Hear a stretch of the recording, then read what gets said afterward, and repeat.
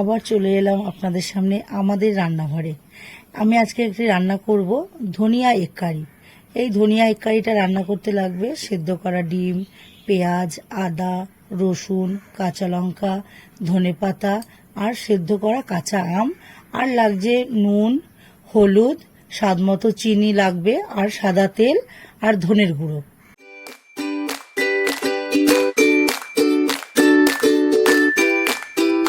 এবার কড়াইটা গরম করে তার মধ্যে তেলটাকেও গরম করে নেব।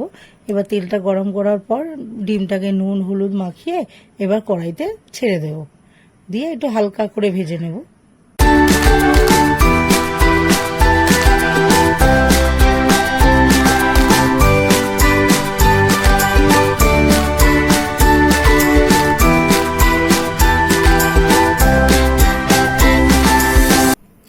এবার কিছুটা পেঁয়াজ, আদা, রসুন, কাঁচা লঙ্কা, ধনেপাতা এটাকে মিক্সিতে একটু পেস্ট করে নেব।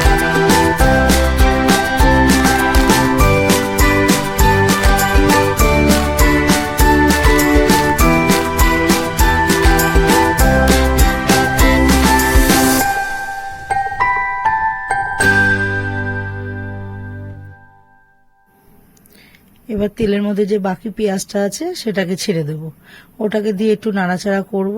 নাড়াচাড়া কর যাতে নরম হয় তার জন্য এবার একটু নুন দিয়ে দেব। নুনটাকে দেওয়ার পর একটু নাড়াচাড়া করব। নাড়াচাড়া করে পেঁয়াজটা একটু নরম হলে এবার যেই মশলাটা পেস্ট করে রেখেছি এবার সেই মশলাটাকে দিয়ে দেবো।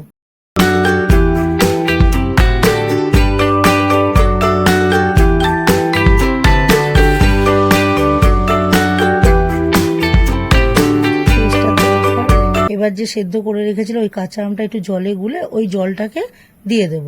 দেওয়ার পর এবার বাকি যেটা থাকবে যে আরো মশলাগুলো, হলুদ, ধনের গুঁড়ো, স্বাদ মতো চিনি, এগুলো একটা একটা করে সব দিয়ে দেব।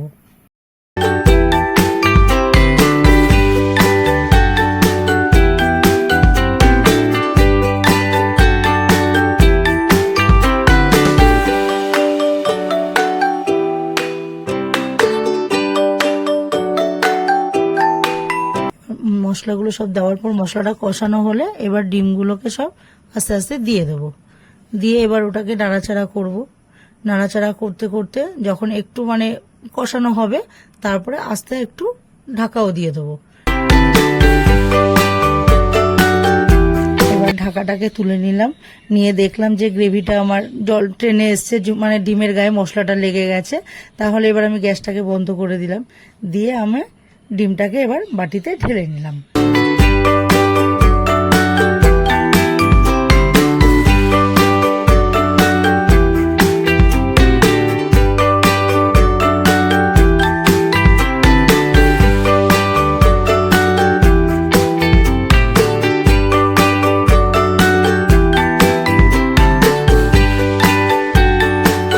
তৈরি হয়ে গেল আমার ধনিয়া এগ কারি।